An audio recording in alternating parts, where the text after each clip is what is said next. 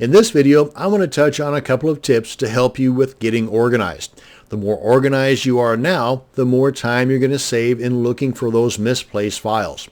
That can quickly add up and save time, and time is money.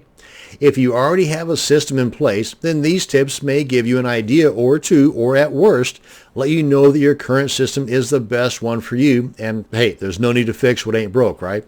As you grow your business, you may have to make certain adjustments in your organizational habits, but at least ways you'll have something to adjust.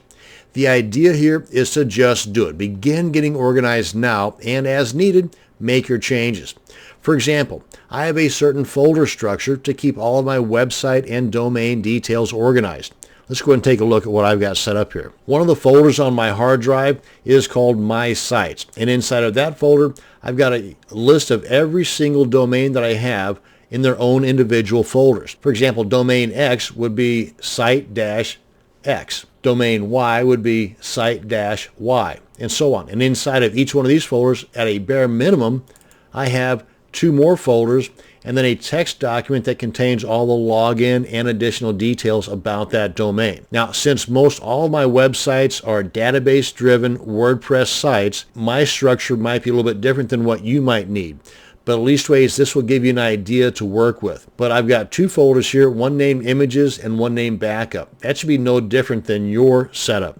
You should always have a backup, whether your websites are WordPress sites or Joomla sites or just static HTML sites. You should always have at least a most recent backup and at least one prior backup. You may find the need to have more than just one prior backup, but at the bare minimum, have 2 backups in there, the most recent and the one prior. And in my backup folder here, I've got 2 more folders, one called Database, one called Files. And since my sites are a majority of WordPress sites, I have the need for a database folder. You may not. So again, that's totally up to you. But you should at the very least have one that says backup. And I've got a folder here for images.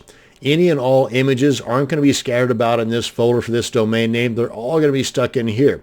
And after a while, I may have those images organized inside of this folder to the point where I might have all of my Photoshop or PSD images in its own folder inside of here. I might have all of my sales page images in its own folder inside of here, and so on. Now, this guy right here, this is kind of the heart of my organized files. Open this guy up, and remember, most all of my websites are WordPress sites. And of the web hosting companies that I use now, a majority of them have cPanel as the control panel. And that's why I've got this guy right here. If your control panel is something other than cPanel, then just replace this with yours. Maybe it's Plesk or something else. But for the most part, your control panel login details and your FTP login details will be the same, with the minor exception that sometimes the prefix to your FTP might be ftp dot your domain name, or for a secure login it might be sftp dot your domain name. But you're always going to have a username and a password. And I've got a section up here that contains notes for my domain. Again, since most of my sites are WordPress sites, these notes here are referencing a configuration file for my WordPress site. Just a little add-on that I want to put in there. And I've got the username and the password for my administrator login details for my blogs, and the database information for my blogs, and my email addresses for that particular domain, as well as a Gmail account that I've got set up for that domain. Now, I've got this set up in addition to my email accounts for that domain because by having a Gmail account, this gives me access to Google Tools for this specific domain. And since Gmail is free, why not?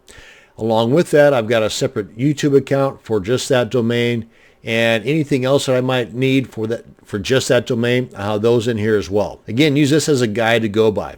You may have a lot more in your file. You may have a lot less. But again, it's something to begin with. It's something to start off with. Now, you're also going to need a way to keep your online purchases organized.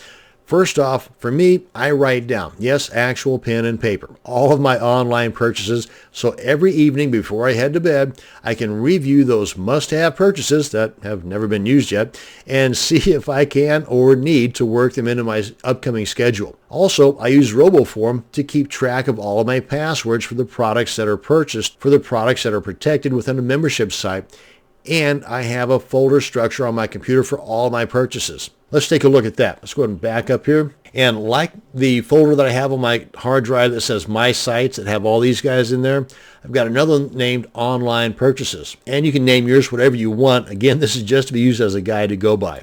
And inside of here, I've got several different folders. In this case, these are niches or topics. I might have a purchase on the Warrior Forum, one of the WSOs or Warrior Special Offers. And I might have a separate folder here just titled WSOs where I might have all of those located. And inside of there, I might have the name of the purchase preceded by the date so that I can organize it by date purchased, or the name of the person that created the product. Again, totally up to you, however you're most comfortable in keeping your stuff organized. For me, since I'm a product creator, I tend to have things more niche related.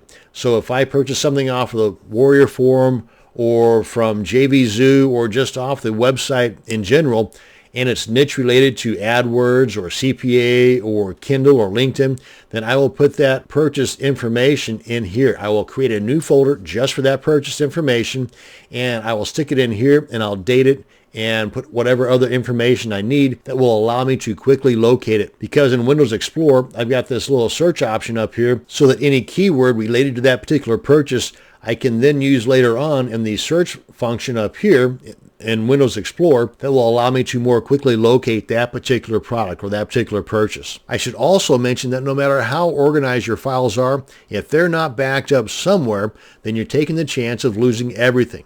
Now, at the very least, you should save your can't live without files somewhere outside of your computer, like on a thumb drive or an external hard drive. And these hard drives or thumb drives are so cheap nowadays, you're really doing yourself a disservice by not doing this, by not spending a little bit of extra money now so that you're not going to have to spend a whole lot of money and heartache later on if something bad happens to your files. Now, if you can afford it, you can get a couple of hard drives for inside your computer, similar to my setup. As you can see over here on the left panel, I've got the C drive. That's the default drive that came with the computer.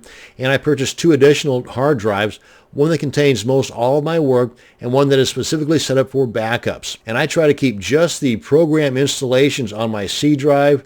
That allows it to load faster. And all of my work and purchase downloads go into my H drive, with the exception of those guys that are downloaded to my documents or the download folders here.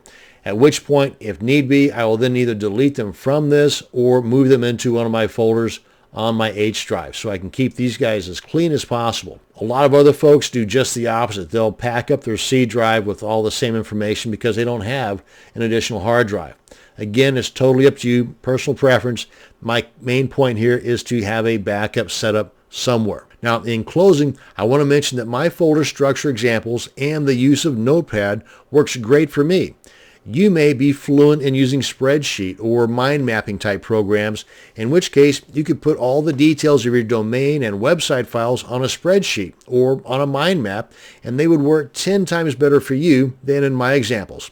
However you do it, just do it. Well, this should give you a good starting point for your own organizing structure. Remember, this is not meant to be a perfect solution, but something that can be adjusted as your business and ideas grow and change. Thank you very much for watching, and you have a great day.